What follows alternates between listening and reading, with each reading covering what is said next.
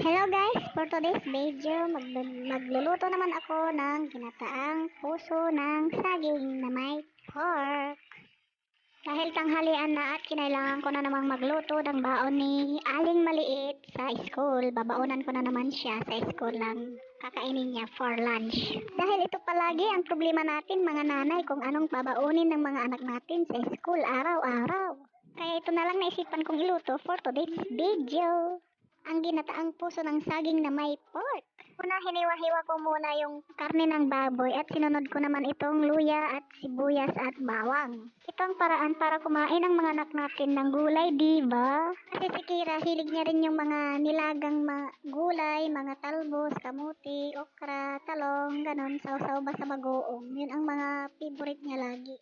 Nung bata kasi ako, hindi ko naranasang pumili ng uulamin kung ano lang hinanda ng magulang ko. Ayun lang. Hirap din kasi kami sa buhay noon at no choice.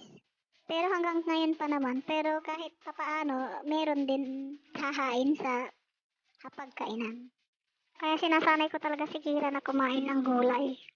Okay, balik tayo. Tapos ko na lahat na hiwa-hiwa yung karne at sibuyas bawang. Ito, magigisa na tayo. Unahin ko muna yung luya at isunod ko yung sibuyas bawang. Igisa-gisa ko lang ito guys hanggang sa mag-brown.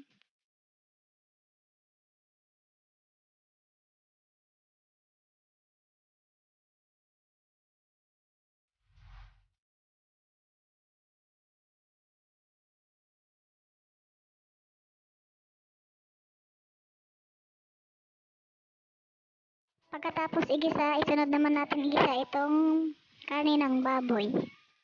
Hintayin din natin siyang mag-brown. Pagkatapos, nilagyan ko na siya ng paminta at asin at magic sarap. Ako!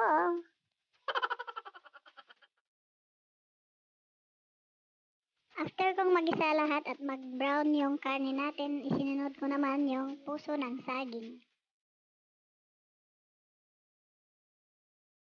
Nilagyan ko pala ito guys ng konting tubig para pagpakuluan niya at para maluto rin yung puso ng saging natin. Pinakulaan ko ito ng ilang minuto guys hanggang sa lumambot yung puso ng saging natin at saka yung karne. Tapos nilagyan ko na siya ng gata. Kukumama pala ang nilagay ko dito guys kasi walang fresh gata dito na mabibili. Nakulangan pala ako dito sa alat guys kaya dinagdagan ko siya ng konting asin. Tsaka nilagyan ko siya ng konting asukal para mag-balance yung alat. Tsaka yung tamis. Hinayaan ko lang ito guys hanggang sa kumulo. Ayan, kumukulo na. Tsaka nilagyan ko siya ng siling haba na panigang. Para may konting sipa, diba?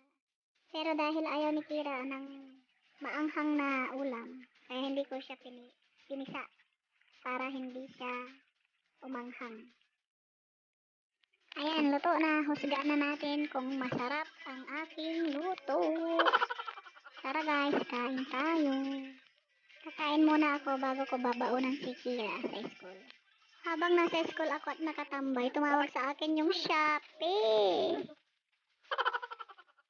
Kaya pagdating namin dito sa bahay at si Kira nakita niya yung Shopee, tinatanong niya kung ano daw laman, kaya i-unbox na daw namin. Eh sabi ko, wag ka nang makialam dito at lagayan lang naman ito ng bigas. Pero nakialam pa rin magbukas. Pero napawaw pa rin siya nung nakita niya. Pero disappointed ako dito guys kasi ayaw mag-lock yung sakit niya. Yun lang guys, bye!